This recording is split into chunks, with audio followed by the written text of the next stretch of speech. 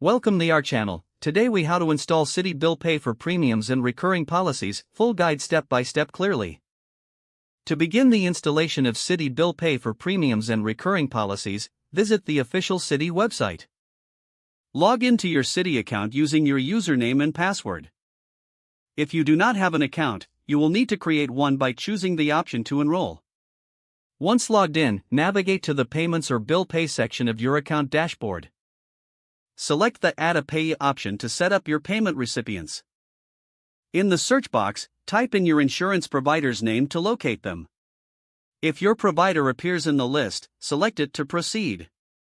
If you cannot find your provider, choose the option to enter the payee information manually. Fill in the required details, including the payee's name, address, and your account number with them. After entering the necessary information, review it for accuracy. Confirm the addition of your payee by clicking the Save or Confirm button. Next, go back to the Payments or Bill Pay section. Select the newly added payee from your list of payees. Choose the option for Set up recurring payments.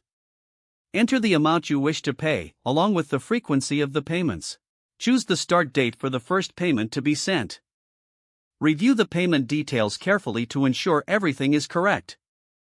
Once confirmed, select the option to finalize and set up your recurring payments. You may receive a confirmation message indicating that your recurring payment setup is complete. Log out of your account for security reasons once you have completed these steps. If the page does not load, refresh the browser or try again in a private or incognito window.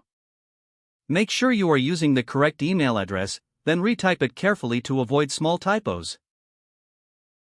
If your password is not accepted, use the reset option and create a new strong password you can remember. Check your spam folder for verification or security emails, then complete any requested confirmation steps. Enable two-factor authentication if available to improve account security and reduce unauthorized access risk. After signing in, review your profile details so your contact information and settings are accurate and current. If you see an error message, note it down and try again after restarting your device and internet connection. Log out when you finish, especially on shared devices, to keep your account and payment information secure. If the page does not load, refresh the browser or try again in a private or incognito window. Don't forget to like this video and subscribe to our channel for more step-by-step tech guides.